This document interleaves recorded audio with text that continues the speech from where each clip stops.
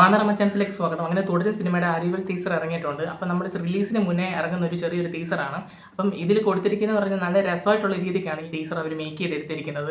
നമ്മൾ കണ്ട ആ ഒരു പഴയ ലാലേട്ടനെ ആ ഒരു പഴയ നൊസ്റ്റായിട്ടുള്ള ഒരു സോങ് ഇട്ട് ആ ഒരു നമ്മുടെ കമലഹാസനും ലാലേട്ടനും അതുപോലെ തന്നെ മമ്മൂക്കയും ലാലേട്ടനുമായിട്ടുള്ള ഒരു ഫോട്ടോസൊക്കെ ഇങ്ങനെ കാണിച്ചുള്ള രീതിക്കാണ് ഈ ഒരു ടീസർ തുടങ്ങുന്നത്. അത് കാണുമ്പോൾ തന്നെ നമ്മുടെ മനസ്സിൽ ഒരു വല്ലാത്തൊരു ഫീൽ തോന്നുന്നുണ്ട്.